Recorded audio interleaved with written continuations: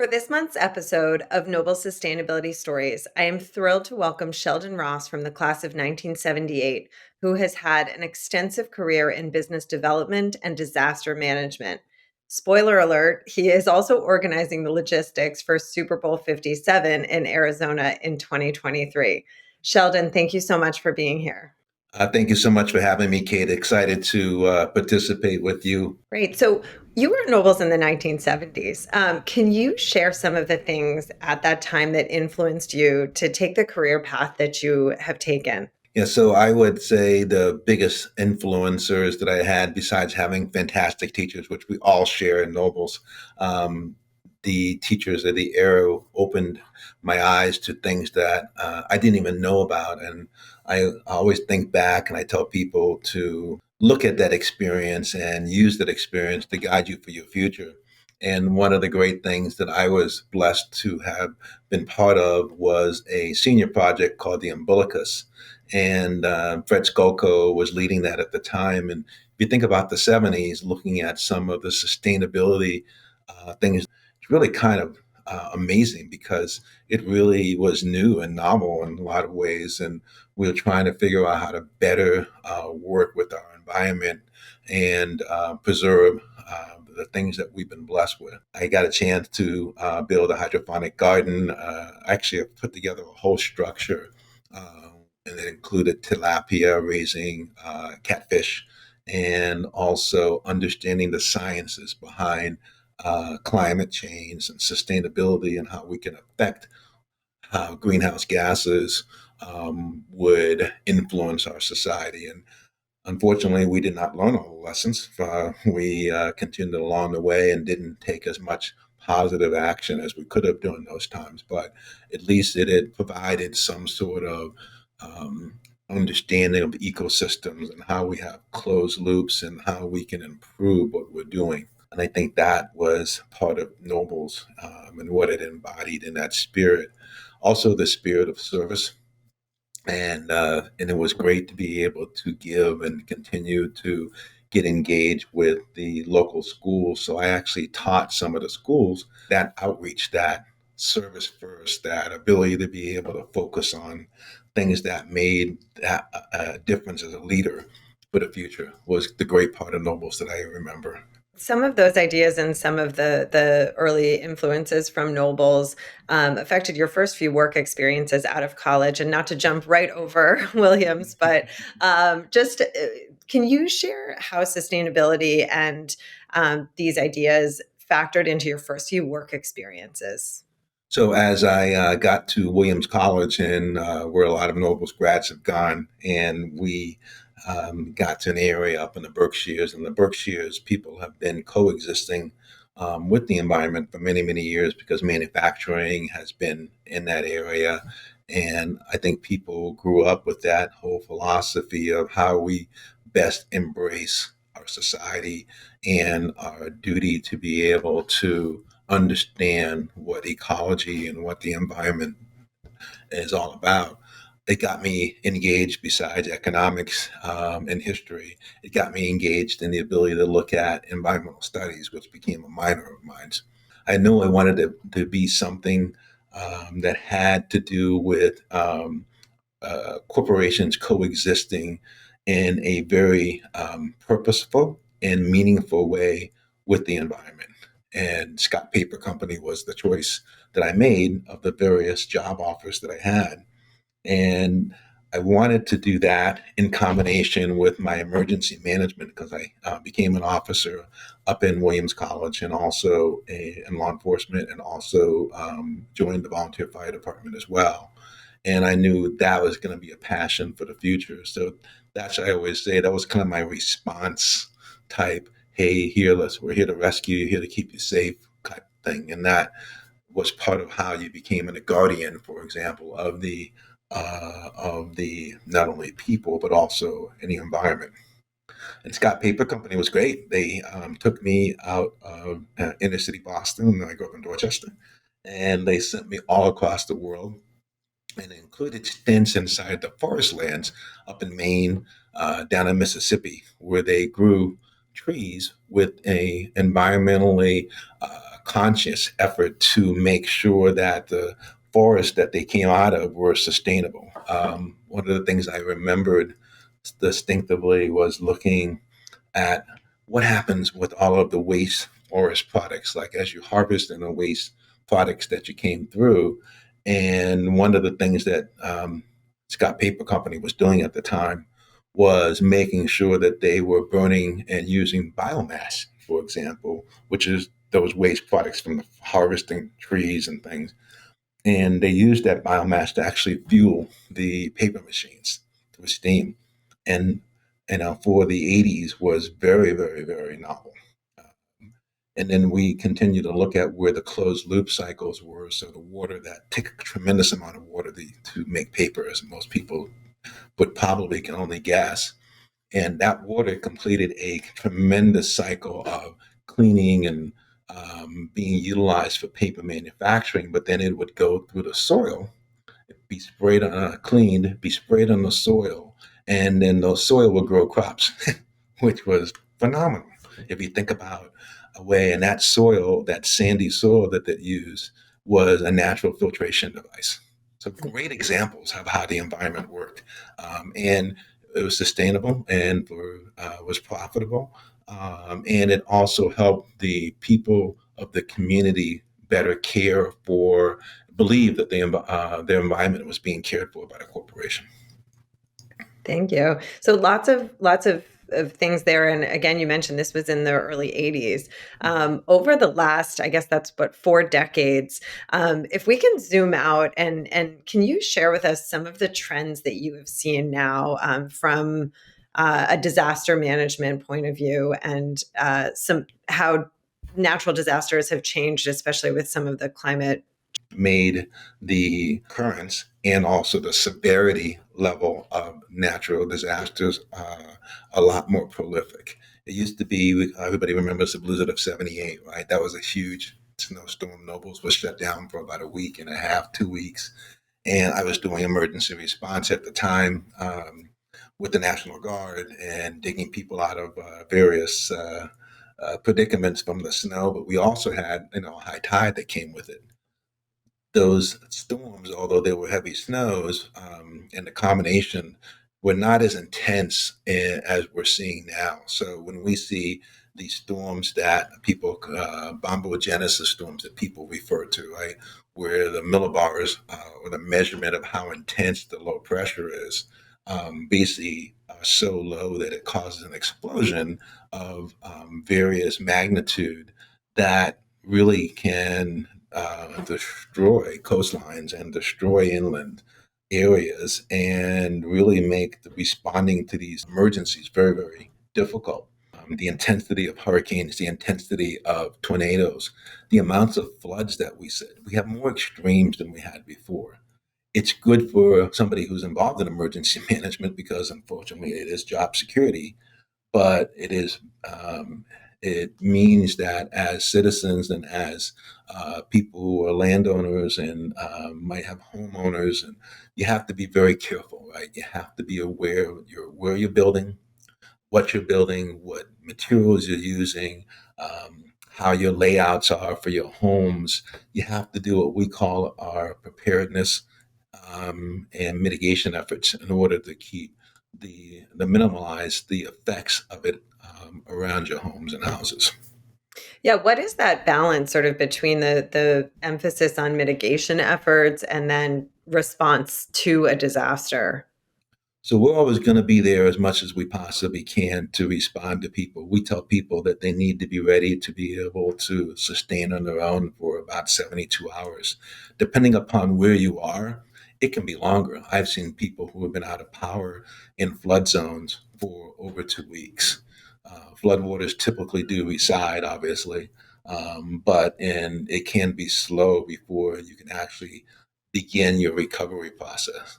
The responders, like myself, will go out and we'll push forward through the storms to make sure that people are protected. We have priorities with life safety and then property after that. So we'll look at those particular priorities, make sure that you're safe, and then obviously do the best we possibly can to protect property afterwards. but we try not to risk life or property if we have that choice. I think the challenges that people have and where they can play a role in is that preparedness and mitigation things. What can you do? What can you prevent?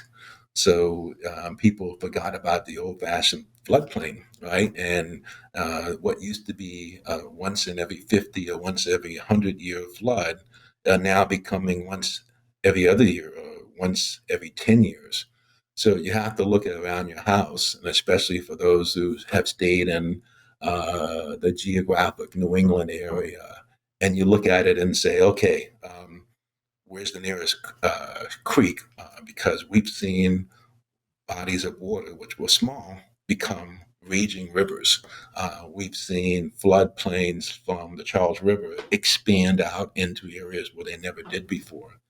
So it's important to understand that you do your landscaping to improve your drainage. So you have a way to protect yourself around the outside. A lot of people don't realize that they have to think about how they get in and out of a location in an emergency. We saw in California, in the middle of a devastating fire out there was only one way in and one way out, which led to, unfortunately, people waiting too long. When they waited too long, then the fire overtook them and it caused a loss of life that could have been prevented. But if you think about the roads that we traveled in Dedham and Wellesley, some of the narrow roads, and Dover's and those around those areas, there's a lot of single lane groups. Understand where your escape route is, have a plan of where you're going to go, keep your supplies ready for emergencies should something happen. We always say keep a go bag, right? If you have to, our terminology, if you have to bug out, if you have to get out of Dodge in a really fast period of time, what can you be ready to take? What can you be sustain? What can sustain you? A lot of people don't think about buying generators, and they can be very dangerous. But at the same time, used properly, placed outdoors with the proper ventilation, it can make a huge difference. Landscaping, huge, huge, huge thing you can do for fire prevention, right? So make sure there's a clear cut area. In California, it's required by law that you have a defensible space around your area. So that defensible space means that you have a clearing area that allows the fire to not jump over or arc from tree to tree with embers that float, or depending upon how high the winds are, push flame to over to an area that might include your house. Have that plan ready. Join a Firewise community. Please do that. Firewise is a great thing. You get insurance credits for it, but basically, it's a strategy of how you harden your home against those defend it against those potential fires that will come through. We see a lot of wildfires out there because of the extremes of vegetation growing when it's wet and then drying out quickly. And those fuels are the ones that really drive the wildfire. For those of you familiar with what just happened down in Florida, is happening now. We had a huge hurricane that devastated the Panhandle area, which is up northern Florida. When that happened, it blew all the trees down.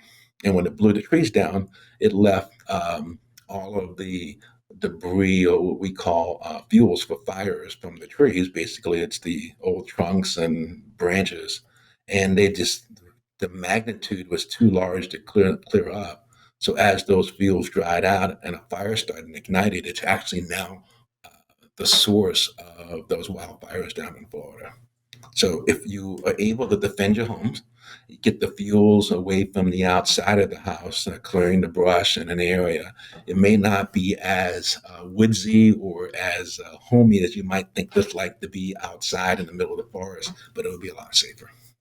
So the floods and the wildfires, to choose those two disasters that you focused on, can you share some of the differences you've seen with how different communities are affected by each? Who's affected by flooding and hurricanes, and who's affected by wildfires? Which type of communities? So, unfortunately, as we look at it, people who can afford to take these preparedness and mitigation efforts are typically the wealthier within our communities, right?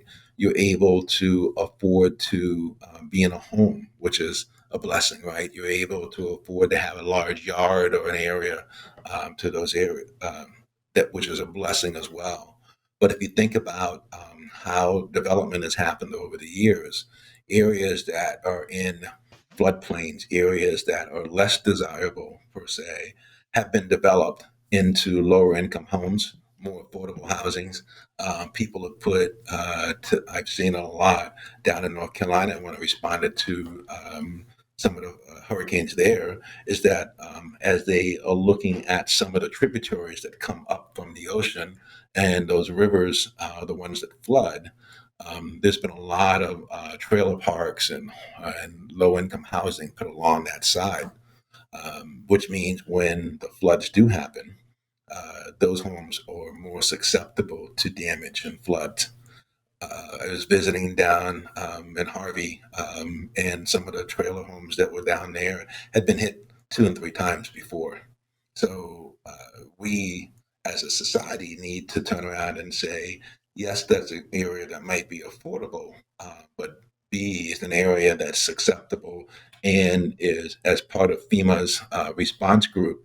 You know, we do help people to get back on their feet in some aspects, at least have minimal dollars in order to either repair or to move on. And I think we need to look at where we're asking people or where people want to rebuild, because it may not, with climate change, be sustainable. Yeah. So those are the types of things that happen, which means the people who are least able to defend themselves and take mitigation efforts are the ones that are living in areas that are more prone to disasters and are more uh, also in need after a particular hurricane or a fire or a flood. Fewer places to go if something does happen. Most of those areas, I was shocked to find out that most of the people were uninsured. So there were people who had homes, people who had double wides or trailers, and they had taken all their money and spent it on the trailer as a place to live, but not bought insurance against anything happening to it because they couldn't afford it. So it really is a scenario and situation we need to look at very, very carefully. Is there a particular, I mean, you've mentioned a couple of areas around the country, but is there sort of one disaster that you responded to that really stands out as, yeah, maybe that's too a hard question. It is a tough question. You know, you think about these, and one of the parts of disaster response is being trained well enough to be focused on what your mission is once you have been assigned it into disasters. So I think about a lot the training I received from nobles and some of the teachers who helped you to focus and during adversity, and some of the coaches who were very good about saying, hey, you know, you're going to face some battles in your life and challenges. But if you stay focused on what your training, your mission, and what you practice, then things you'll be able to be in a position to help people. So I would think about some of the response and that I saw in towns, and Texas was stands out a fair amount after the hurricanes down there. And I think one of the things that I remember coming into the community and looking at just the sheer devastation that happens when you seen 130-mile-an-hour winds basically tear down an entire community, including looking at the fire stations and the first responders that were in their buildings being flooded or torn up. I also think back to Joplin and one of the tornadoes that happened, and I was assigned a block that I was have to do search and rescue to. And it had been searched during the day, during the nighttime, but it's very difficult to see everything at night. But the next day, having to look at a tornado that had taken out a mile wide strip, like 3 miles long, and just seeing the devastation. My block, when I got to that corner, I couldn't see any signage. It had been cleared and by heavy equipment and heavy trucks. But all I could think about was, hey, this is my mission. I have a chainsaw crew. I have a search and rescue crew. I had a boat in the tree at one of the corners. I had munitions that had been stored in a basement or garage area across the street, and because it was so hot, they were going off. So you could, it sounded like a war scene. And I had people crying and just and looking in devastation. Meanwhile, we're still looking for. We had for those of you who remember Joplin, we're still looking for missing persons, which turned out that they weren't necessarily missing, but they hadn't been recorded properly, or people have lost limbs or pieces of their bodies, and we were finding those, and that is not something that I recommend for anybody. And it's still kind of, you find people's pets, you find people's, personal effects.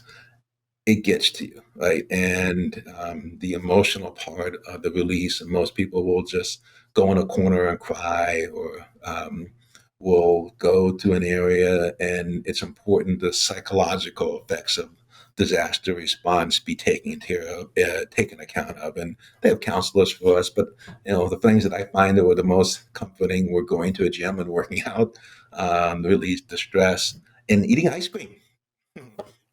Nothing like a good old fashioned ice cream cone to just calm you down and say, hey, you can work 16 hours. There'll be another day to go help people tomorrow, but you need your rest. And the first law of first response is not to become a victim yourself. So I focus on those, and that's the discipline of being there. Well, first of all, just, from thank you for helping others and really being a leader for public good, as part of the Noble's mission statement. Where ice cream, can't fix something, and sort of looking ahead, is there anything positive you're seeing in terms of trends? Are people starting to make different choices with building materials or community planning? Is the dial moving at all, the more that we are aware of climate change and the fact that these disasters are just going to increase, as you said, in severity and frequency?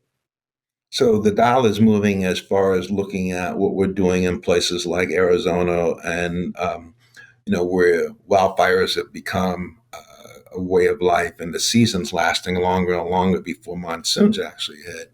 So I know that the Department of Fire and Forest Management is continuing to look at how they do mitigation, and that mitigation and efforts include thinning the forest out, so the amount of burn that might happen on the floor of the forest won't be as severe. So we have more and more money going into mitigation efforts, and because it's cheaper actually to put money into mitigation than it is to have to put money into response. The funds that are being put together by local and state and federal government to figure out how you channel water that might be flowing down after a fire. People forget that that is the first thing that we kind of see. Unfortunately, is that you see rain that comes in after some of these fires and can cause catastrophic flooding. We had that this year up in the Pinal County and a few other the Globe area, old mining towns where water, the vegetation that was in the mountains just got burned, and everything came flowing downtown. So we had to change and raise the height of bridges. We had to create channels and what they are called washes, and those washes had overgrown vegetation, and that vegetation can cause problems when it is moved quickly across the wash. So getting that cleaned out is so important. So I see hope on those aspects, that people are looking at what the effects are. Unfortunately, the infrastructure, and I know we just recently passed some infrastructure bills. We're hoping that those infrastructure bills will make a difference as we hardened ourselves against this. It can't work, right? Besides just the focusing on climate change, we can focus on how we can be more resilient, right? And able to withstand these disasters. And I think FEMA is working toward understanding how to help communities get to those points. Join emergency management groups. I say understand what your risks are within your area. Everybody's there to help you, most government programs will help you to understand what the risks are. I do a risk assessments, for example. Those are huge. Understand what your personal risks are. Understand what the risk to your communities are, and realize that things will don't get back to normal right away. And that's one of the other things about disasters that you say. The comforts that you think the electricity is going to be on, it might not be on for 2 or 3 weeks, and that's devastating to think about it. Which means you can't go get money out. You have to be able to, think about how you're going to cook food and keep spare gas tanks around for propane so you can cook on the grill if you have to. Keep food frozen, keep non perishable foods around. Those are the types of things we can help on the response side, but then participate in the mitigation side and preparedness side. And I think we have the technology and we have the ability from a financial point of view to make a difference, but everybody needs to support that. I'm going to just pivot in the last couple of minutes that we have. And I just have to ask you about the work you're doing with Super Bowl 57. How do you plan for something on that scale? Well, people think about just the game, and the game itself is usually at a large stadium, and this time it would be at State Farm Stadium. But it's not just the game; it's all the events that happen in and around the Super Bowl. And typically, unless you're in New Orleans or some of the places where all the venues and all of the activities happen within a small period of time, typically they're spread out now. LA was spread out, and Phoenix it will be events happening in Scottsdale and Phoenix, and which are all about 20 to 30 miles away from the main stadium. So that creates a large security risk and potential for subversive activities or terrorism. So we work as a team with FBI, we work with the state police, and we work with all of the local and valley law enforcement agencies, the fire agencies, and to come up with a plan. And everybody takes a piece of that plan and we move those resources into play and we rehearse them, we drill them as we like to say, and we get ready to be able to not only implement the plan to help people move safely from one venue to the other, but we look at the ability to be able to respond should things happen. And during that period of time, we also will have the Waste Management Open, which has become a huge event. Over 1 million people showed up to that over the course of 4 days. And this will be exactly the same time the week of Super Bowl week this year. So it's the ability of all groups coming together to make a plan and to build a network that allows us to be able to keep everybody safe. And the game itself is almost anticlimactic, but uh, we focus on all the shows and all of the pageantry and that goes into it in the actual game. But it's for us, it's the movement of people, it's keeping people safe within the venues they're in, and an honor to participate with the people that I work with out here. I have a great team at DEMA, Department of Emergency Management and Military Affairs, and I have an awesome team in the Valley that I work with, and it makes the lift a little lighter.